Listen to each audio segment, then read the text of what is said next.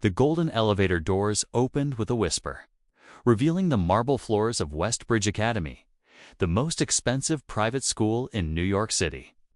Marcus Sterling stepped out, his designer shoes clicking against the polished stone, his Rolex catching the morning light. At 18, he owned more watches than most people owned cars. His father's name was painted in gold letters on 3 buildings in Manhattan, and Marcus wore that legacy-like armor. But armor, he was about to learn, could also become a prison. Marcus had everything money could buy except the one thing that mattered most: respect that he had earned.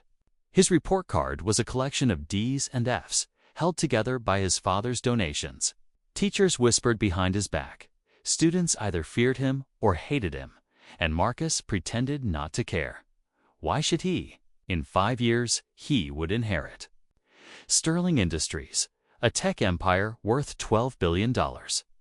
What could a grade point average do that his trust fund couldn't? That morning, like every morning, Marcus walked through the halls of Westbridge Academy like he owned them. Because technically, he did. The Sterling Foundation had funded the new library, the computer lab, and the athletic center. Students parted like the Red Sea as he passed, some staring with envy at his $1,000 jacket, others rolling their eyes at his arrogance. Marcus smirked at a group of scholarship students eating free lunch. "Must be nice," he said loud enough for them to hear, "getting handouts." The words hung in the air like poison, but as Marcus turned the corner toward his first class, he nearly collided with someone he had never really noticed before. A woman in her 50s, wearing a simple blue uniform, was carefully mopping the floor near the main staircase. Her name tag read Dorothy Washington, and she moved with a quiet dignity that seemed out of place in the chaos of teenage drama. Marcus had walked past her hundreds of times, but she had always been invisible to him. Just background noise. Just the janitor. "Watch where you're going," Marcus snapped, even though the collision was entirely his fault. Dorothy looked up at him with calm, intelligent eyes that seemed to see right through his expensive facade. "I'm sorry," she said quietly, her voice carrying a strength that surprised him. "I should have seen you coming." There was something in her tone that wasn't apology. It wasn't fear either. It was something Marcus had never encountered before: complete indifference to his power. As Marcus walked away, he felt unsettled. Most people either cowered before him or tried to use him. But Dorothy had looked at him like he was just another student. Nothing special, nothing threatening.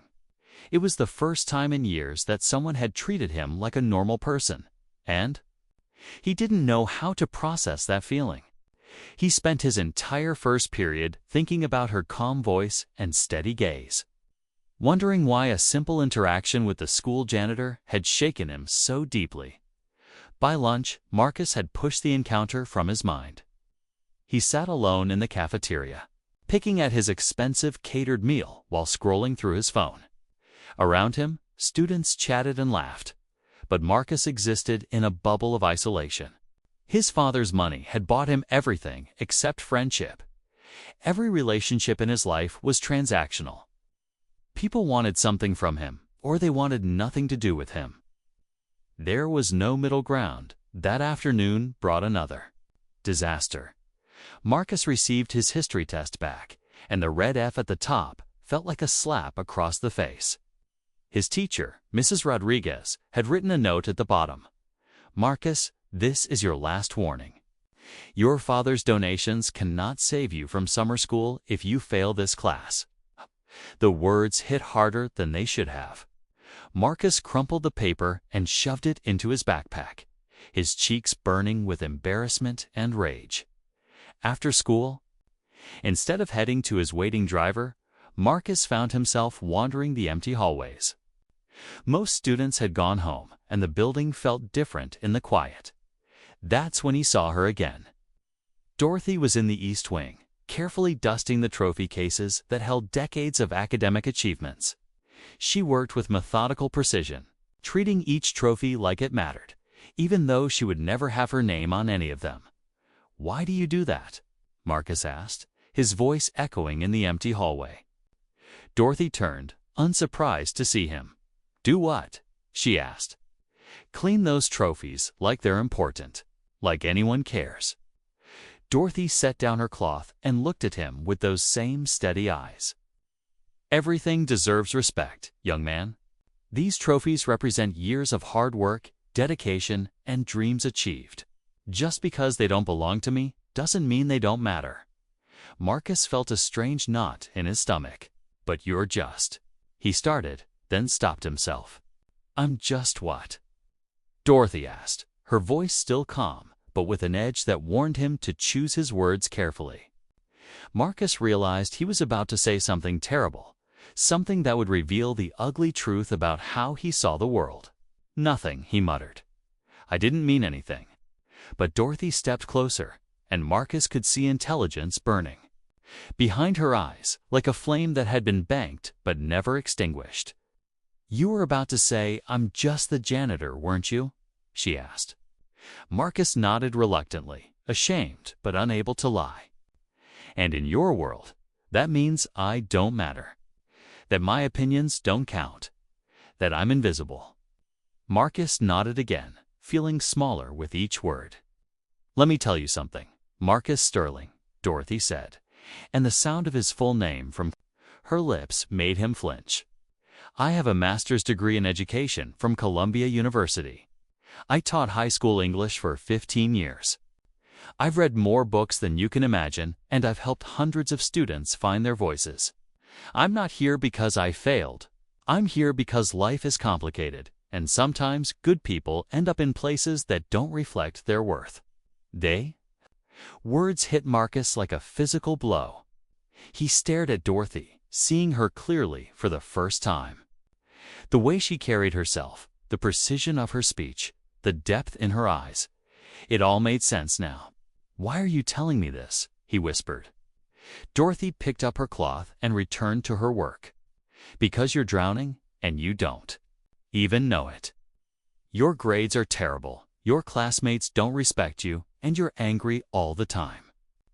Money can't fix what's broken inside you, but learning can." That night, Marcus lay in his king-size bed in his penthouse bedroom, staring at the ceiling. He couldn't stop thinking about Dorothy's words.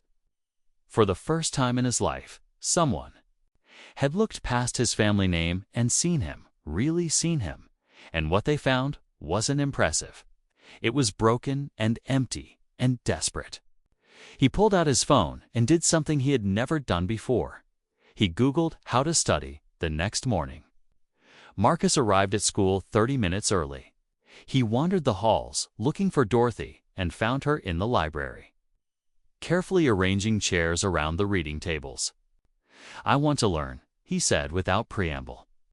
Dorothy looked up at him, studying his face for signs of sincerity. "Learning isn't like buying a new car, Marcus. Can't just decide you want it and have it delivered. It requires work, patience, and humility. Are you ready for that?" Marcus thought about his father's latest threat. Charles Sterling had made it clear that if Marcus didn't turn his grades around by the end of the semester, the trust fund would disappear. But more than that, Marcus was tired of feeling empty. He was tired of being surrounded by people who feared or hated him. He was tired of looking in the mirror and seeing someone even he couldn't respect. "Yes," he said, "I'm ready." Dorothy nodded slowly. "Meet me here every morning at 7.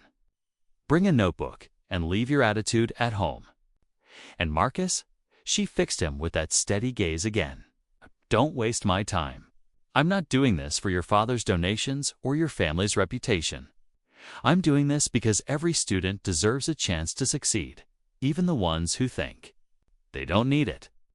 The next few weeks fell into a rhythm that Marcus had never experienced before. Every morning, he sat across from Dorothy in the quiet library, learning not just how to study, but how to think. She didn't treat him like a sterling heir or a problem child. She treated him like a student who had potential, if only he was willing to work for it. She taught him how to take notes, how to break down complex problems, how to manage his time. More importantly, she taught him how to ask questions without feeling stupid. Dorothy's teaching style was unlike anything Marcus had encountered. She didn't lecture or demand memorization. Instead, she asked questions that made him think deeper. When he struggled with a history essay about the Great Depression, she didn't give him the answers. She asked him what it might feel like to lose everything you had worked for, when he couldn't understand a math concept. She found real-world applications that made the numbers meaningful. Slowly, carefully, she was rebuilding his relationship with learning from the ground up. The changes were subtle at first. Marcus started arriving too, his regular classes with completed homework. He raised his hand to ask questions instead of sitting in sullen silence. His test scores improved from F's to D's, then from D's to C's. His teachers noticed but said nothing, afraid that acknowledging the improvement might break whatever spell was working. But his classmates noticed too, and not all of them were pleased with his transformation. "Look who thinks he's smart now," sneered Jake Morrison, the captain of the lacrosse team. As Marcus walked by carrying a stack of library books, "The prince is finally learning how to read." His friends laughed, but Marcus didn't rise to the bait. Dorothy had taught him that other people's opinions of his growth said more about them than about him.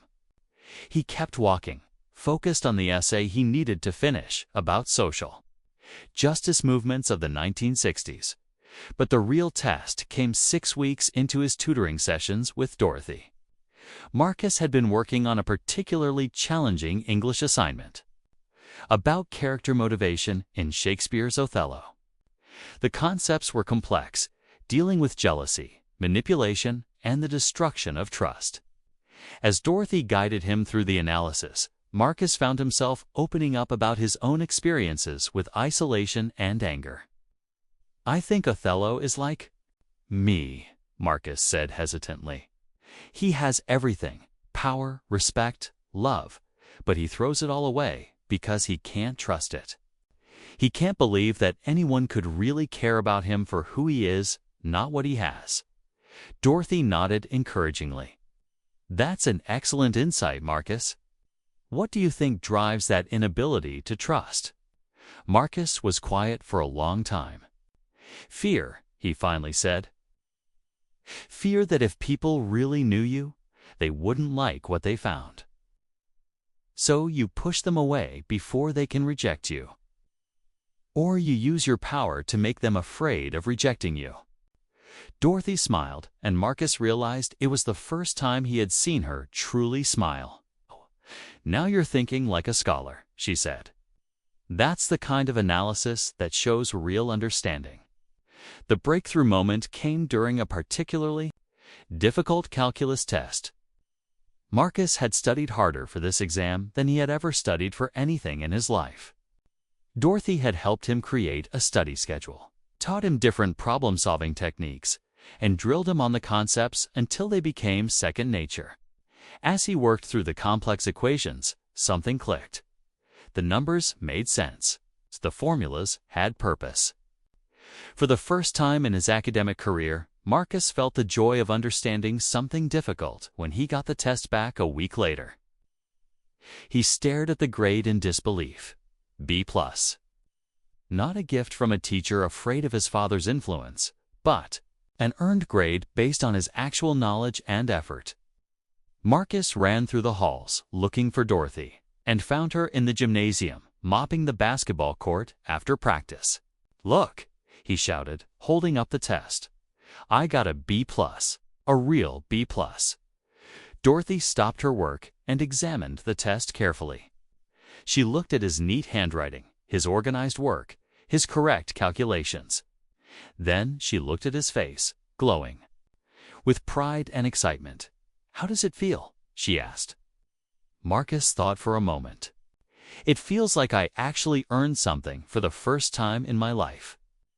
Like I'm not just Marcus Sterling, the rich kid who doesn't deserve what he has. Like I might actually be smart." "You were always smart, Marcus," Dorothy said gently. intelligence isn't about money or family names. It's about curiosity, persistence, and the willingness to grow. You've had that capacity all along. You just needed someone to help you find it. Marcus felt tears threatening to spill over, but he didn't care. For the first time in years, they were tears of joy instead of frustration. But as Marcus's grades improved and his confidence grew, not everyone was happy about his transformation. His father, Charles Sterling, had been initially pleased when Marcus's report card showed improvement. But when Marcus started talking about social justice, economic inequality, and the responsibility that comes with privilege, Charles became concerned. "You're spending too much time with that janitor," he told Marcus over dinner at their exclusive country club. "It's filling your head with liberal nonsense." Marcus set down his fork and looked at his father across the white tablecloth. "Her name is Dorothy, and she's not filling my head with anything except knowledge. She's teaching me to think for myself." Charles's expression darkened. "That's exactly what I'm worried about. You don't need to think for yourself, Marcus. You need to think for the family business. You need to understand that the world isn't fair, and trying to make it fair is a waste of time and money." "Maybe that's the problem," Marcus said quietly. "Maybe the world would be more fair if people like us did more than just take from it." The silence that followed was deafening. Charles Sterling was not a man accustomed to being challenged, especially not by his own son. "If you continue down this path," he said slowly, "there will be consequences. The Sterling name comes with responsibilities, and one of them is loyalty to the family legacy." Marcus felt the familiar weight of his father's expectations settling on his shoulders like a lead blanket. But something had changed in him over the past few months. Dorothy hadn't just taught him academic subjects. She had taught him to think critically about the world around him. He was beginning to understand that privilege came with responsibility, not just to his family, but to society as a whole. The tension at home made Marcus treasure his morning sessions with Dorothy even more. She had become more than a tutor. She had become a mentor, a confidant, and the closest thing to a friend he had ever known. She listened without judgment when he talked about the pressure from his father. She challenged him to think beyond his own experience when they discussed literature and history. And she celebrated every small victory in his academic journey as if it were her own success. One morning, Marcus arrived at school to find Dorothy wasn't in the library. He searched the building and finally found her in the basement, sorting through old textbooks that were being discarded. "What are you doing down here?" he asked. Dorothy looked up, and Marcus could see sadness in her eyes. "Budget cuts," she said simply. "They're reducing the custodial staff, and my position is being eliminated at the end of the semester." Marcus felt like the floor had dropped out from under him. "They can't do that. You're the best teacher in this school." Dorothy smiled sadly. "I'm not officially a teacher here, Marcus. I'm just the janitor, remember? And janitors are expendable." When money gets tight, Marcus's mind raced. His father could fix this with a phone call. A small donation to the school would be nothing to Charles Sterling. "I'll talk to my father," he said. "He can make them keep you." But Dorothy shook her head. "No, Marcus, that's not the answer. You can't solve every problem with money. Besides, this might be a blessing in disguise. I've been thinking about going back to teaching, really teaching. Maybe this is the push I needed." Marcus felt panic rising in his chest. Dorothy had been his anchor, his guide through the turbulent waters of actually trying to succeed. Without her, would he slide back into his old habits? "You don't need me anymore," Dorothy said, reading the fear in his expression. "You've learned how to learn. You've discovered that you're capable of so much more than you thought. That knowledge doesn't disappear when I'm gone." Marcus wanted to argue, to insist that he wasn't ready, but deep down he knew she was right. The study habits she had taught him were now second nature. The confidence he had gained was his too. keep. The perspective she had shared about privilege and responsibility was now part of who he was.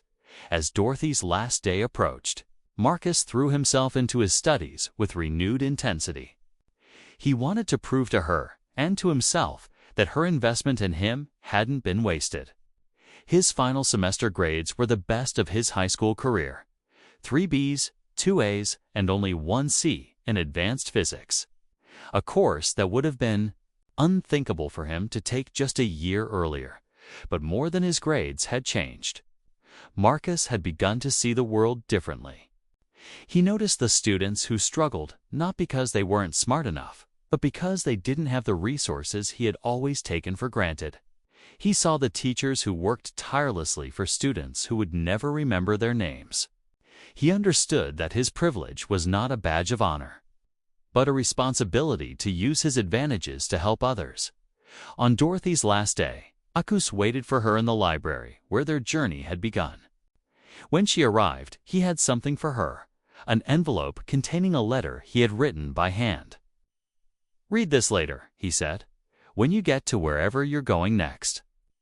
Dorothy took the envelope, and Marcus could see tears in her eyes. "Need to tell you something," she said. "Teaching you has been one of the greatest privileges of my career. Not because of who your family is, but because of who you've chosen to become." They hugged goodbye in the empty library, surrounded by thousands of books that had suddenly taken on new meaning for Marcus. He watched Dorothy walk away, carrying her small box of personal items, and felt a bittersweet mixture of gratitude and loss. She had given him something more valuable than all his father's money. She had given him the ability to see himself clearly and the tools to become someone worth respecting. 6 months later, Marcus Sterling graduated from Westbridge Academy with a 3.2 GPA and acceptance letters to several respectable colleges. But more importantly, he graduated with a sense of purpose that had nothing to do with his trust fund. At the graduation ceremony, when he was called to the podium to receive his diploma, Marcus looked out at the audience and saw Dorothy sitting in the back row, smiling with pride. In his valedictorian speech, Marcus talked about the importance of looking beyond surface appearances to find the teachers and mentors who surround us every day. He spoke about privilege and responsibility, about the difference between being smart and being wise, and about the transformative power of someone believing in you when you don't believe in yourself. He never mentioned Dorothy by name, but she knew the speech was for her. After the ceremony, Marcus found Dorothy in the parking lot. She was getting into an old Honda Civic, a far cry from the luxury cars that filled the rest of the lot. "Thank you," he said simply, "for seeing something in me that I couldn't see in myself." Dorothy rolled down her window and smiled. "Thank you for proving me right. Now go out there and make sure no other student has to feel invisible the way you felt." As Marcus watched Dorothy drive away, he thought about the letter he had written to her months earlier. In it, he had promised that he would use his education and his privilege to help other students who felt lost and overlooked. He had pledged to remember that true intelligence wasn't about test scores or college acceptances, but about understanding your place in the world and your responsibility to make it better. Years later, Marcus would establish the Dorothy Washington Scholarship Fund, providing full educational support to students who showed potential but lacked resources. He would become known not as the heir to Sterling Industries, but as an advocate for educational equity and social justice. And every morning, as he sat in his office reviewing scholarship applications, he would remember the janitor who taught him that the most important lessons often come from the most unexpected teachers. The story of the billionaire's son who failed every test until the black janitor taught him one secret had become more than just Marcus's personal transformation. It had become a reminder that wisdom and worth are not determined by wealth or status, but by the content of one's character and the willingness to grow. Dorothy's secret wasn't just about studying or test-taking. It was about seeing the humanity in everyone and understanding that true success means lifting others up as you climb. In the end, Marcus learned that the most valuable education doesn't come from expensive schools or famous teachers. It comes from people who care enough to see your potential and invest their time in helping you reach it, regardless of what they might gain in return. Dorothy Washington had been far more than a janitor. She had been a guardian angel disguised as someone society taught him to overlook. And in teaching him to see her clearly, she had taught him to see himself and the world around him with new eyes. The golden elevator that had once carried Marcus through life with such arrogant certainty now carried a young man who understood. That true wealth wasn't measured in dollars, but in the positive impact you have on others. And every time those doors opened, Marcus Sterling stepped out ready to make a difference. Carrying with him the lessons of a remarkable woman who had shown him that sometimes the most profound teachers come in the most unexpected packages.